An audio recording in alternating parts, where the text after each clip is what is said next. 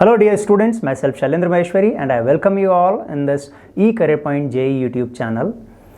Question of the day के आज के इस सेशन में मैं परमुटेशन एंड कॉम्बिनेशन का एक बड़ा ही इंटरेस्टिंग सा क्वेश्चन आपके सामने लेकर आया हूं और ये जो क्वेश्चंस मैं लेकर आ रहा हूं ये रेगुलरली आपको इस चैनल पर मिलेंगे। इन क्वेश्चंस को आप अपने लेवल पर ज़रूर सॉल्व करें। ये क्वेश्चंस आपकी जेई की प्रिपरेशन को फाइनल शेप देने में बहुत हेल्प करेंगे और फाइनली आपका जो रैंक है उसको बूस्ट करने में बहुत आपको कंट्रीब्यूशन इनसे मिलेगा। मैं इन क्वेश्चंस को न सिर्फ यहाँ पर सॉल्व करूँगा बल्कि इन क्वेश्चंस में जो कॉन्सेप्ट्स इन्वॉल्व हैं वो कॉन्सेप्ट्स भी आपको एक्सप्लेन करके दिखा रहा हूँ। इससे आपको काफ़ी फ़ायदा होगा इन कॉन्सेप्ट्स को समझने में और ओवरऑल रिवीजन में भी। डियर स्टूडेंट्स, अभी तक के जितने भी ये क्वेश्चंस ऑफ द डे की सीरीज में क्वेश्चंस आ चुके हैं, ये क्वेश्चंस का पूरा एक प्लेलिस्ट बना हुआ है और प्लेलिस्ट का लिंक आप ऊपर आई बटन में देख सकते हैं। वहां से आप इन क्वेश्चंस को एक्सेस कर सकते हैं। और ये क्वेश्चंस की मैं आपको एक और खास बात बता दूं, मेरी एक बुक है challenging problems of mathematics for JEE advance. इस बुक से मैं ये क्वेश्चंस लेकर आ रहा हूँ। ये बुक अभी आप यहाँ पर देख पा रहे हैं। इस बुक को eCareerPoint ऐप से आप ले सकते हैं, अमेजोन से इस बुक को आप ले सकते हैं और इस बुक में अराउंड 3000 से ज़्यादा क्वेश्चंस हैं और वो सभी सॉल्व हैं और पूरे सिलेबस को कवर करते हैं और इसी तरह के फैंटास्टिक और चैलेंजिंग प्रॉब्लम्स आपको वहाँ पर देखने को मिलते हैं। तो चलिए आज का ये क्वेश्चन हम शुरू करते हैं और मेक श्योर कि जितने भी स्टूडेंट्स यहाँ पर हैं उन्होंने अगर इस चैनल को सब्सक्राइब नहीं कर रखा है तो ज़रूर सब्सक्राइब कर लीजिए, बेल आइकन प्रेस कर दीजिए ताकि इस तरह के क्वेश्चन जब भी आपके सामने आ रहे हैं वो आपके मिस नहीं हों। ओके, तो चलिए आज का ये क्वेश्चन आप स्क्रीन पर देख रहे हैं। मैं एक बार क्वेश्चन को रीड कर रहा हूँ। 8 clay targets are arranged as shown in the figure. In how many ways they can be shot one at a time if no target can be shot until the targets below it have been shot and no fire gets waste. Okay, यहाँ पर ये diagram जो है ये question के साथ ये diagram भी दिया हुआ है। अब आपको ये पूरा क्वेश्चन अच्छे से समझ में आ रहा है।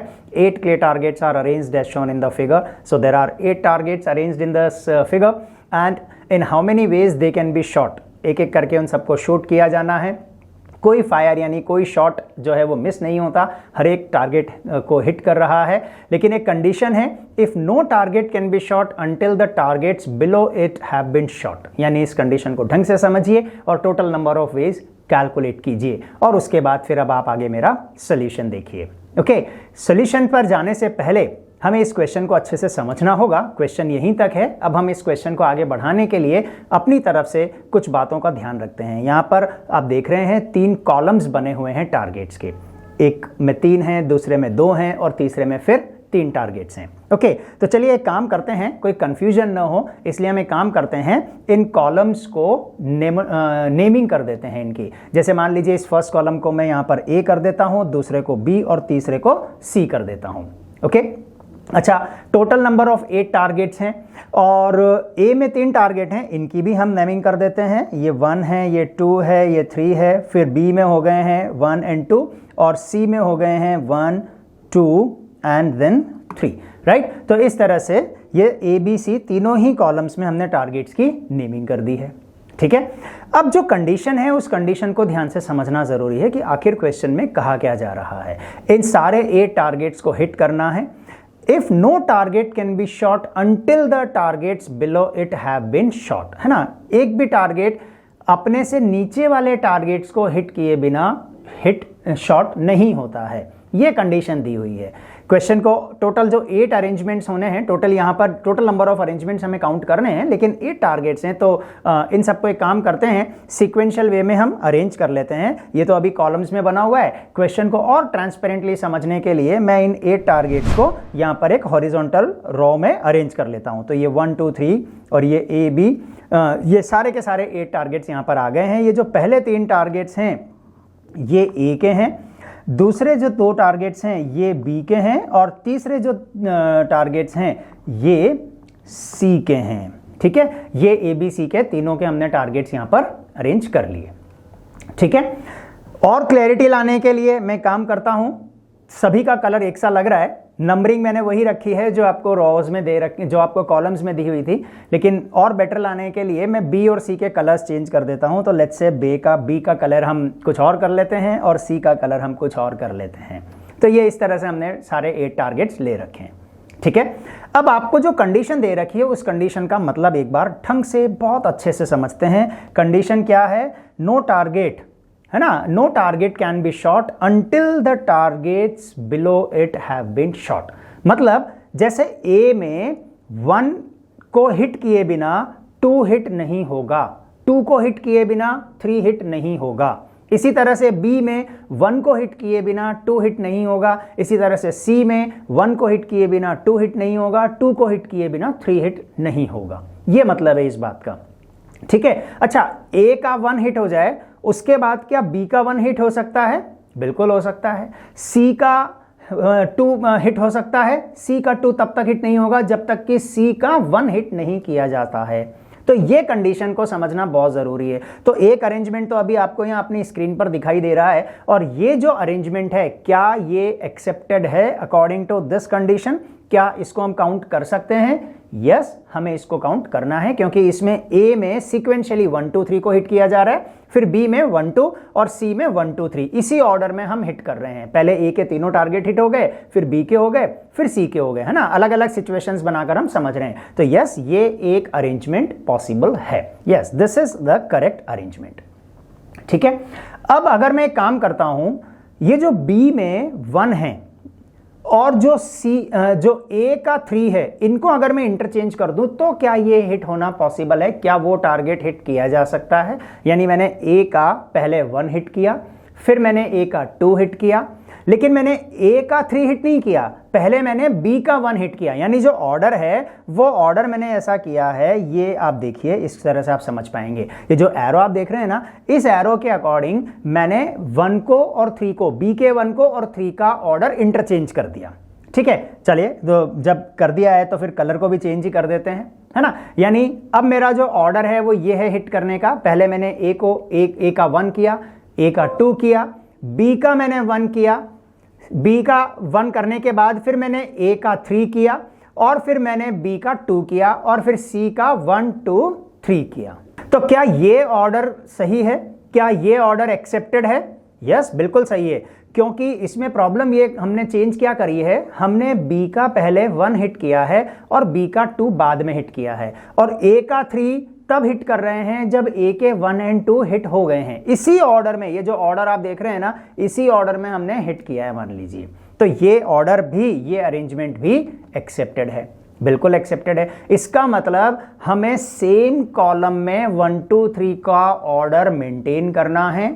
हाँ, हम इनको कॉलम्स को इंटरचेंज कर सकते हैं, ए का बाद हम बी का कोई सा भी ले लें, बी के बाद हम सी का कोई सा भी ले लें, लेकिन ऑर्डर सी के रिलेटिवली 1 2 3 का सेट होना चाहिए, ए का रिलेटिव 1 2 3 सेट होना चाहिए, और बी का रिलेटिव 1 2 सेट होना चाहिए। तो चलिए, ये पॉसिबल है। अब क्या पॉसिबल नहीं है, क्या एक्सेप्टेड नहीं है, ये भी एक बार समझते हैं। वापस से मैं ये जो ए बी सी के तीनों थे, एक और दूसरा अरेंजमेंट लेता हूं। अब आप जरा इस वाले अरेंजमेंट को ध्यान से देखिए, जो आप स्क्रीन पर देख रहे हैं। इस वाले अरेंजमेंट में मैंने प्रैक्टिकली क्या किया, ए का 2 सबसे पहले हिट किया है, उसके बाद फिर 1 किया है, उसके बाद फिर 3 किया है। बी में और सी में वही ऑर्डर रखा है, 1 2 एंड सी का 1 2 3। तो बी और सी के ऑर्डर में तो कोई प्रॉब्लम नहीं है, वो तो एक्सेप्टेड है। लेकिन ये जो मैंने यहां पर ये जो चेंज कर दिया है, ए में 1 और 2 को इंटरचेंज कर दिया, यानी ए का सबसे पहला जो मैंने हिट किया वो 2 किया है, उसके बाद फिर मैंने 1 किया है। क्या ये एक्सेप्टेड है? ये बिल्कुल एक्सेप्टेड नहीं है, तो इसको क्रॉस कर दिया जाए। यानी इस तरह का अरेंजमेंट हमें काउंट नहीं करना। आई होप कि क्वेश्चन आपको समझ में आ गया। अगर ये सारी क्लैरिटी है तो उसके बाद बस अब आंसर लिखने में बहुत आसानी हो जाएगी। सबसे पहली चीज, total number of arrangements, total कितने ऑब्जेक्ट्स हैं हमारे पास? टोटल हमारे पास ऑब्जेक्ट्स हैं 8, ठीक है। तो इन 8 के ऑल पॉसिबल अरेंजमेंट्स तो कितने हो जाएंगे? 8 फैक्टोरियल, ठीक है। अब जो कंडीशन हमें मेंटेन करनी है उसका हम क्या करें? अब यहां देखिए, ये जो ए के 3 जो टारगेट्स हैं, ए में 1 2 3 हैं, तो 1 2 3 का एक अकेला यही ऑर्डर है। 1 2 3 का म्यूचुअली अगर मैं कोई सा भी अरेंजमेंट चेंज कर देता हूं, है ना, तो वो काउंट नहीं किया जाना चाहिए, उसको एडिशनल नंबर हमें नहीं काउंट करना है। लेकिन फैक्टोरियल 8 में तो ऑल पॉसिबल अरेंजमेंट्स आ गए, तो ऐसे जितने भी नंबर ऑफ अरेंजमेंट्स होंगे जिनमें ए के ये 3 ऑब्जेक्ट्स म्यूचुअली इंटरचेंज हो रहे होंगे, जैसा कि इस सेकंड वाले अरेंजमेंट में आपने देखा है कि पहले 2 को बाद में 1 को किया, तो ये काउंट नहीं करना। 1 2 3 का जो रिलेटिव ऑर्डर है, ए के 1 2 3 का जो रिलेटिव ऑर्डर है वो फिक्स है, वो चेंज नहीं होना। तो इस बात को पीएनसी में हम कैसे इनकॉर्पोरेट करते हैं, आपने देखा है कि ये जो ए के तीनों हैं, अगर हम इन तीनों को आइडेंटिकल मान लें तो इनका एक ही अरेंजमेंट काउंट होगा, है ना, और मल्टीपल काउंटिंग जो इनकी होनी चाहिए थी, जो फैक्टोरियल 8 में आ रही है, वो एलिमिनेट हो जाएगी, है ना। तो इस बात को हम कैसे इनकॉर्पोरेट करते हैं, हम इस ए के ये जो तीनों ऑब्जेक्ट्स हैं, इन तीनों को आइडेंटिकल अज्यूम कर लेते हैं, और जब ये 3 आइडेंटिकल ऑब्जेक्ट्स हो जाएंगे तो ये जो टोटल नंबर ऑफ अरेंजमेंट्स हम काउंट कर रहे हैं फैक्टोरियल 8, इसको हम डिवाइड कर देंगे फैक्टोरियल 3 से। तो ये हम यहां पर फैक्टोरियल 3 से डिवाइड कर देते हैं, राइट। इसी तरह से बी के ये जो 2 ऑब्जेक्ट्स हैं, इन 2 का रिलेटिव ऑर्डर फिक्स है, इनका एक ही ऑर्डर है, पहले 1 होगा फिर 2 होगा, है ना, और कोई ऑर्डर इनका काउंटिंग में नहीं आना चाहिए। फैक्टोरियल 8 में तो वो आ रहा है, तो हम क्या करें, इन दोनों को आइडेंटिकल ट्रीट कर लेते हैं, इन दोनों ऑब्जेक्ट्स को आइडेंटिकल ट्रीट कर लिया जाए तो इनका एक ही ऑर्डर काउंट किया जाएगा, और जो रिपीटेटिव काउंटिंग हुई है वो एलिमिनेट हो जाएगी, और इसके लिए हम यहां पर फैक्टोरियल 2 से डिवाइड कर देते हैं। इसी तरह से सी के ये जो 3 ऑब्जेक्ट्स हैं 1 2 3, इन तीनों को भी रिपीटेडली काउंट नहीं करना है, इनका भी एक ही फिक्स ऑर्डर है, पहले 1 होगा फिर 2 होगा फिर 3 होगा। तो यहां इसको काउंट करने के लिए क्या काम किया जाए, यहां पर फिर से इन तीनों को आइडेंटिकल अज्यूम कर लिया जाए, और इस काउंट को इसके लिए फैक्टोरियल 3 से डिवाइड कर दिया जाए। तो ये हमारा फाइनल आंसर हो जाएगा। बस अब इसको सिर्फ कैलकुलेट करना बाकी है। तो फैक्टोरियल 8 आप समझते हैं 8 7 6 5 4 फैक्टोरियल 3, ठीक है, ये मैं यहां पर ले लेता हूं 8 7 6 5 4 फैक्टोरियल 3, और डिनोमिनेटर में वही है 3 फैक्टोरियल 2 फैक्टोरियल 3 फैक्टोरियल, ठीक है। ये जो 3 फैक्टोरियल है, इस 3 फैक्टोरियल से 6 कैंसिल हो गया, ठीक है। उसके बाद इस 3 फैक्टोरियल से ये 3 फैक्टोरियल कैंसिल हो गया, अब बचता है 2, इस 2 से ये 4 2 टाइम्स कैंसिल हो गया, ठीक है। अब हमें मिला 8 7 जा 56 इंटू 10, तो ये हमारा आंसर फाइनली बन जाता है 560, ठीक है, और यही 560 हमारा फाइनल आंसर हो जाएगा। So this is the final answer. Okay, I guess आपको पूरा क्वेश्चन बहुत अच्छे से समझ में आ गया, उसका सॉल्यूशन भी समझ में आ गया। और ये जो क्वेश्चंस हैं, ये क्वेश्चंस पीएनसी में बेसिकली इस तरह के क्वेश्चंस हम रेगुलरली अपनी इस बुक में कवर कर रहे हैं, हमने किए हुए हैं। तो मैं सभी स्टूडेंट्स को ये एडवाइस करना चाहूँगा कि इस सीरीज़ पर रेगुलर बने रहें, और जब भी इस तरह का कोई सेशन आए इसे आप ज़रूर से देखें। ओके, आप कमेंट बॉक्स में अपना फीडबैक ज़रूर दें, और साथ में ये भी बताएं कि आपको और किस तरह के कौन से कॉन्सेप्ट्स और चैप्टर्स के क्वेश्चंस चाहिए, ताकि मैं आने वाले दिनों में challenging problems of the day में मैं इसी तरह के क्वेश्चंस को लेकर आता रहूं।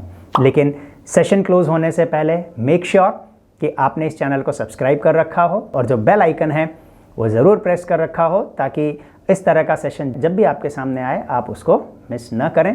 और ये सेशन अपने फ्रेंड्स के साथ ज़रूर शेयर कीजिए, ताकि उनको भी आप हेल्प कर सकें। Thank you and wish you all the best.